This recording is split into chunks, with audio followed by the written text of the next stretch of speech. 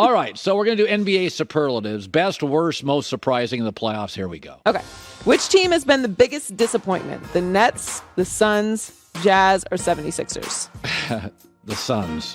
I mean, they were the number one seed. They won 8 more games than every other team, but the hole in their game was they weren't a great three-point shooting team. We acknowledge that. And in the playoffs, sometimes you have to play from behind, which they didn't a lot in the regular season. And Chris Paul in Game 7 did not make a basket until the Suns were down by 40. So, I love Chris and I love the Suns, but that was the worst Game 7 home performance I've ever seen in my life. Meltdown. I can't think of a second one. No. Which team has the best duo or couple? Tatum and Brown, Butler and Bam, Steph and Clay, and Luka and anyone else on the Mavericks? Well, Steph and Clay, to me, led all the players so far in three-pointers. That's the game. And it's, there's just something I suggested this to an NBA person about a month ago. Could you trade Klay Thompson? And his opinion was that would make Steph very unhappy. These guys are joined at the hip. I mean, it's very, very... I mean, if I said Jimmy Butler left Bam Adebayo, you'd be like, all right. You just can't see breaking these two up. They are joined at the hip. Whose injury changed the postseason the most? Chris Middleton, Joel Embiid, or Ja Morant? I think it's Chris Middleton. I mean, I've never loved him, although I thought he had a really good playoff last year. But they're a 500 team without him, and they average almost 10 points a game less without him. So in the end, he's a 2, but they don't have a lot of elite perimeter shooters. Drew Holiday is more known for his defense. Giannis, early in his career, more defense. Middleton's their three-point shooter.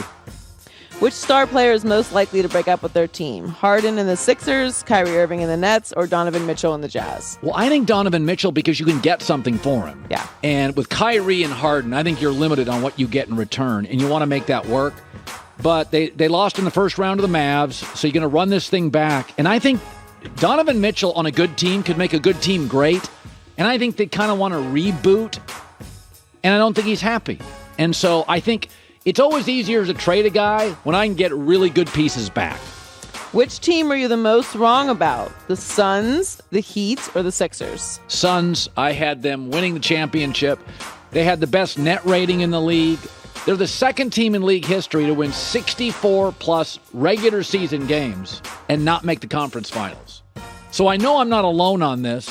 I can take heat, but I'm not the only one that was shocked at their Game 7 performance. In fact, down the stretch of the series, I was surprised.